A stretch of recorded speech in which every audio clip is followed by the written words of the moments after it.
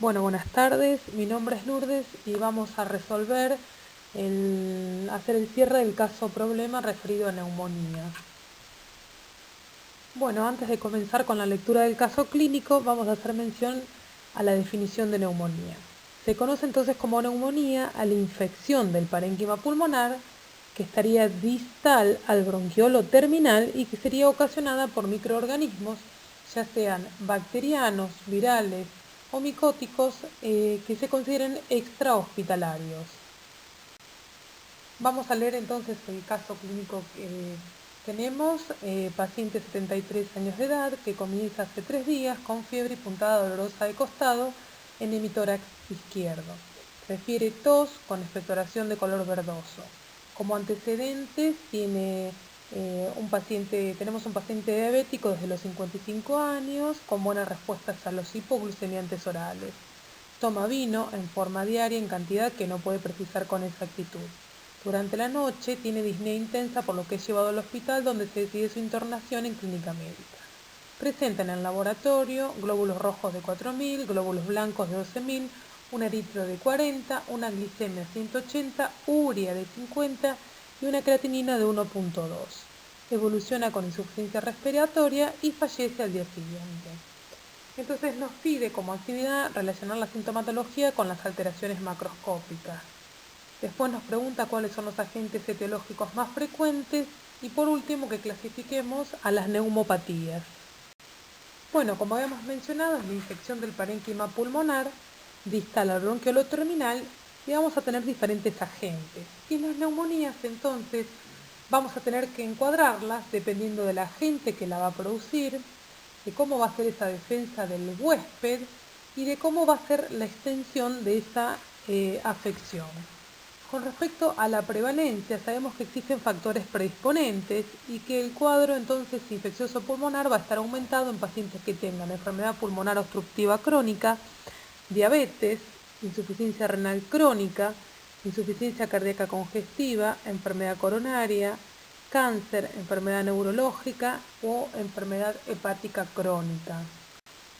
Podemos concluir entonces que estos factores predisponentes tienen que ver entonces con aquellos factores que alteren los mecanismos de defensa del huésped y que tengan que ver entonces con aquellos mecanismos que interfieran con la posibilidad de poder deshacernos de esos agentes patógenos, como por ejemplo tener la pérdida o inhibición del reflejo de la tos, alteración en la depuración, como hemos visto para el caso de las bronquiectasias del sistema mucociliar, la interferencia en la función fagocitaria, como puede ser en el caso de los pacientes que tengan diabetes, la congestión y el edema pulmonar para el caso de los pacientes que tengan insuficiencia cardíaca, o la acumulación de las secreciones, como pacientes que tengan fibrosis quística o las obstrucciones bronquiales, como mencionábamos para el caso de las bronquiectasias. Tenemos entonces como criterios diagnósticos clínicos una radiografía de tórax con un infiltrado nuevo o progresivo, que se le va a sumar entonces síntomas y signos de una infección pulmonar aguda, que puede ser en la mayoría de las veces fiebre, también puede presentarse con hipotermia, tos con o sin esputo, la mayoría de las veces con expectoración, disnea, un dolor torácico habitualmente cuando compromete pleura, sudores o escalofríos y ruidos respiratorios o estertores bronquiales de reciente adquisición. Cuando esta se considera producida fuera del hospital o a menos de 48 horas luego de un ingreso hospitalario. Bueno, como veíamos, era la placa radiográfica, una de las características que aparecería era la opacidad, que hace alusión a esa consolidación parenquimatosa con las características del broncograma aéreo. Mencionamos que una cosa interesante e importante a la hora de definir el cuadro de la infección pulmonar, teníamos que pensar en si era una extensión, del tipo de extensión, es decir, si era una extensión de todo un lóbulo, estaríamos en presencia de una neumonía lobar, y si la extensión de la afección era parchada en focos, generalmente bilateral y bibasal, porque las secreciones descienden por la gravedad, haríamos referencia a áreas focales de una inflamación aguda supurativa consolidada, por lo tanto sería multilobular y estaríamos en presencia de las bronconeumonías. Entonces vamos a diferenciar una bronconeumonía y reiteramos que son bilaterales, basales, multilobular, de límites poco definidos, y las neumonías lobares cuando tienden entonces esa consolidación que tomaría todo un lóbulo o la mayor parte del mismo. Bueno, entonces en la neumonía bacteriana lobar vamos a reconocer fases, se reconocen 4 fases, que son la primera de ellas la fase de congestión, en lo que predomina es entonces una vasodilatación capilar. Luego sigue una fase que se denomina aguda de hepatización roja, y el nombre entonces se debe a la similitud que tiene con el parénquima hepático, donde aquí lo que va a predominar entonces es un exudado alveolar rico en eritrocitos, fibrinas, y acá lo característico va a ser la presencia en la luz alveolar de esa cantidad de polimorfonucleares neutrófilos.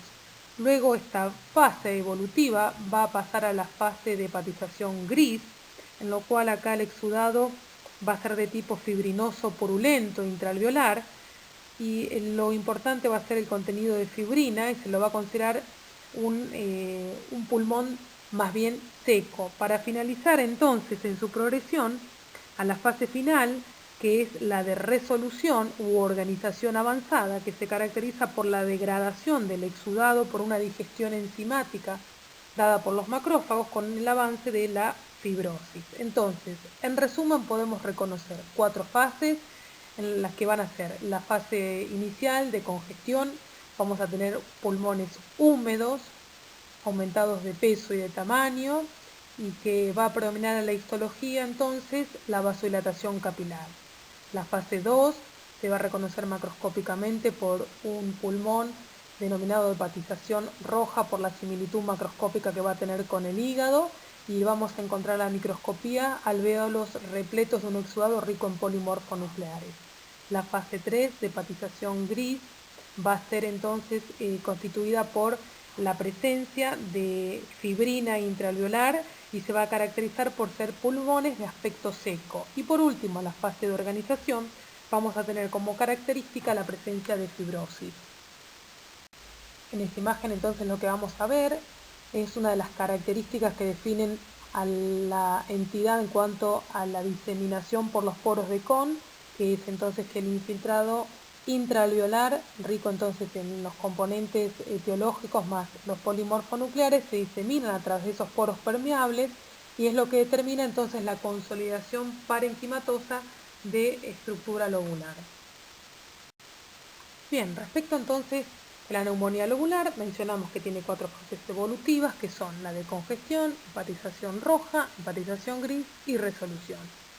Si no hacemos referencia a las complicaciones, vamos a tener entonces la posibilidad de una complicación cuando estamos en presencia de una abundante necrosis en la formación de un absceso, y mayoritariamente se da con el neumococo tipo 3 o con la Klebsiella.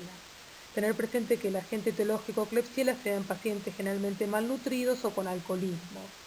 Cuando esta afección del parénquima pulmonar se extiende a la pleura, podemos estar en presencia de un empiema.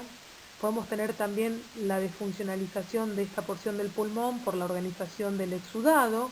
Y por último, una bacteriemia con compromiso de diseminación a distancia y comprometa válvulas cardíacas, pericardio, cerebro, riñones, articulaciones, y entonces tendremos abscesos metastásicos con endocarditis, meningitis o artritis supurativa. Bueno, esto es para recordar y fijar las complicaciones. Entonces tenemos el compromiso, como dijimos, a nivel pleural, por extensión directa. Podemos tener entonces la diseminación bacteriémica con compromiso a lo mejor de válvulas cardíacas y dando una endocarditis con esos abscesos sépticos o embolias sépticas, donde llega una mortalidad de un 10%, y la neumonía organizada. Bueno, en este caso entonces, para visualizar macroscópicamente la hepatización roja, donde vemos marcada congestión, que tiene que ver entonces por esos alvéolos repletos de polimorfonucleares y eritrocitos, y la hepatización gris, que va a tener entonces los polimorfonucleares y las fibrinas. Bueno, lo que vemos aquí es la imagen citológica, las 2 fotografías de arriba, y las 2 de abajo la imagen histológica correspondiendo a un lavado bronquiolo-alveolar en el caso de las muestras citológicas y a una biopsia transbronquial en el caso de las muestras histológicas, que serían las de tejido, las dos fotografías de abajo. Es un proceso de una neumonía lobar hacia la hepatización gris, por lo cual vamos a observar que las células predominantes van a ser polimorfos nucleares neutrófilos y macrófagos, y vamos a observar entonces abundante fibrina en la luz adherida a las paredes alveolares. Bueno, entonces habíamos pensado que en unas primeras diapositivas que la neumonía teníamos que tener presente entonces el agente etiológico, las condiciones de base del huésped para defenderse de ese agente, y por otro lado el compromiso del parénquima pulmonar. Si hablamos entonces de la clasificación de las neumonías, en cuanto a los agentes vamos a ver que existen la diferenciación en cuanto a si son bacterianas, micóticas y virales, y esto es muy importante porque hay que saber qué tipo de microorganismo lo produce y que en caso de las bacterianas la sensibilidad a los antibióticos para poder entonces instaurar el tratamiento correspondiente. En cuanto a la evolución, podemos clasificarlas en agudas y crónicas, y dentro de las crónicas mencionamos a las neumoconiosis, a los tóxicos. Podemos también clasificarlas como neumonías de la comunidad, y dentro de estas las típicas y las atípicas, y por otro lado las nosocomiales, que es la que se producen dentro del contexto hospitalario. Ya vimos que las de la comunidad pueden ser en un paciente que esté internado, pero no mayor de 48 horas. Y decimos que es típica o atípica en cuanto a que la típica tiene un verdadero exudado alveolar, o las atípicas son aquellas que no presentan un exudado alveolar y que son las denominadas intersticiales. Después, como dijimos, teníamos que tener en cuenta el estado de base del paciente, si es inmunocomprometido o inmunocompetente, y por supuesto definir si es lobar, si es bronconeumonía o si es intersticial, para el cuando hacemos la definición de las atípicas. Bueno, al pensar el agente etiológico, tenemos entonces que para las bronconeumonías van a ser más frecuentes en pacientes que sean inmunodeprimidos, diabéticos, y los agentes etiológicos pueden ser estafilococos, estreptococos, neumococos, pseudomonas o hemófilus. En las neumonías lobular vamos a tener que la causa más frecuente, hasta un 95%, es por el neumococo, y recordar que el neumococo tipo 3 es el que produce un grado muy intenso y agudo de neumonía, a hemófilus, pseudomonas y proteus. Entonces acá tenemos una clara imagen de una bronconeumonía donde se puede visualizar que son múltiples focos, habitualmente son bilaterales, vamos a repasar que son basales y que suelen ser de límites poco netos. Una característica a observar en los focos de bronconeumonía es que el proceso inflamatorio se da en torno a las vías de pasaje aéreo, es decir, a los bronquios y bronquiolos. Entonces acá vamos a ver la luz bronquial, y en la luz del mismo vamos a ver el contenido rico en polimorfonucleares que se da también en la periferia de esta luz de la vía aérea. Bueno, con respecto a las neumonías atípicas, dijimos entonces que las neumonías atípicas son las neumonías que se clasifican entonces como aquellas que comprometen el intersticio alveolar. Se produce un ensanchamiento del intersticio a expensas de una vasocongestión y de un rico infiltrado linfomonocitario con presencia de algunos plasmocitos, y que el agente etiológico más frecuente es el Mycoplasma pneumoniae. Podemos encontrar otros agentes como Clamidia psittaci, pneumoniae, virus como adenovirus, robiola, varicela, influenza IV, virus sincicial respiratorio y parainfluenza. Las características que tienen es que habitualmente cursan con formas leves con una mortalidad del 1%, son focos dispersos, habitualmente uni o bilaterales, con ausencia de consolidación porque obviamente que no existiría el factor del infiltrado intraalveolar. El compromiso, como lo mencionamos previamente, es intersticial. Puede haber algunas veces en los episodios agudos polimorfonucleares neutrófilos. Reiteramos que hay una ausencia de un exudado alveolar. Puede haber material proteináceo como membranas tipo membranas hialinas del síndrome de estrés respiratorio. Y recordar entonces que el herpes simple, la varicela y el adenovirus pueden cursar con necrosis del epitelio tanto bronquial como alveolar. Bueno, en esta fotografía vemos entonces el compromiso claramente intersticial, con la luz de los alvéolos libres. Se ve claramente que el compromiso afecta los septos, que están congestivos y con un infiltrado rico en linfocitos. Claramente se ve entonces la luz alveolar libre del exudado inflamatorio. Bueno, entonces este cuadrito es muy gráfico y muy útil en cuanto a la forma de presentación de las neumonías agudas de la comunidad. Tenemos entonces la gran diferenciación en la que decíamos en una era típica y la otra era típica. La típica, la etiología, lejos la más frecuente es el neumococo. Recuerden la gravedad del neumococo tipo 3. Para las atípicas, entonces tenemos aquellos agentes que sean virales y lejos el agente etiológico más frecuente es el micoplasma.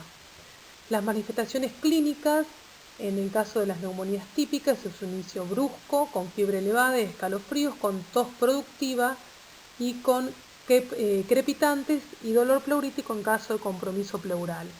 En cambio, para las neumonías atípicas, como los cuadros suelen ser virales, el inicio es insidioso, con una tos más bien seca y dolor retroesternal. Las características radiológicas para la neumonía típica sabemos que es la condensación lobular con un broncograma aéreo. Y es característico en la neumonía típica una disociación clínico-radiológica. Bueno, y para ir cerrando entonces el tema de neumonía, vamos a hacer referencia al absceso pulmonar. Recordemos entonces que en cuanto a las complicaciones de la neumonía, en el caso de existir entonces una extensión de necrosis importante de ese parénquima pulmonar, podríamos estar en presencia de una formación de un absceso, que por definición la vamos a mencionar como una supuración localizada con una intensa necrosis de ese tejido pulmonar, en el cual se van a reconocer dos fases. Una fase temprana, en la cual vamos a visualizar polimorfonucleares neutrófilos con ausencia de paredes alveolares, característico de esa necrosis, con abundante hemorragia. Y una fase tardía, en la cual vamos a tener una zona central que perdura necrótica, con vasos congestivos y con una proliferación de fibroblastos, como toda fase tardía, que tiende entonces a la cicatrización. Bueno, con respecto entonces a la patogenia y a los agentes etiológicos, tenemos entonces como causa probable puede ser debido a la aspiración. Esto se puede dar en el alcoholismo agudo, el coma, en casos de anestesia, sepsis gingivodentarias. Podemos tener el caso de que sea secundario a infección bacteriana, por ejemplo por una neumonía como mencionamos previamente, y si no también puede ser secundario a embolias sépticas. Vamos a entonces clasificar a los agentes etiológicos como aquellos puramente aeróbicos, puramente anaeróbicos o mezcla de ambos, y en aquellos pacientes que tengan alteración de las defensas en cuanto a lo que tiene que ver con el defecto inmune mediado por células. Como causa vamos a tener a las pseudomonas, a las nocardias y al Staphylococcus aureus. Bueno, y para ir finalizando, acá vamos a ver entonces una imagen radiológica donde se ve claramente el absceso como una cavidad. Recordemos entonces que el sustrato histológico es la destrucción purulenta del parénquima pulmonar en esa zona central del absceso. Vamos a tener que pueden ser entonces únicos, generalmente estos se van a deber a aspiración y van a localizarse en el lóbulo pulmonar superior del lado derecho por la orientación del bronquio fuente, que es más bien vertical. Y en el caso de aquellos que se deban a un compromiso secundario por una bronconeumonía, como es la otra imagen, vamos a tener que son múltiples y difusos. Vamos a recordar entonces también que las manifestaciones clínicas son muy parecidas a las de las bronquiectasias, que van a tener entonces, y vamos a repetirlo de bronquiectasias, tos, fiebre, es una expectoración más bien purulenta, y puede ser de tipo fétida y en ocasiones sanguinolenta. Podemos tener también la presencia de que esta cavidad presenta entonces fibrosis periférica y una de las cuestiones importantes de recordar es que la evolución de este absceso es variable y las complicaciones pueden ser la extensión a la cavidad pleural, la hemorragia o que tengamos embolias sépticas produciendo entonces así abscesos cerebrales o de meningitis. Y es muy importante descartar un carcinoma subyacente ante la presencia de este absceso, porque se encuentra hasta en un 10 a 15% de los casos. Bueno, creo que con esta terminamos. Nada más entonces para el caso de afecciones pulmonares.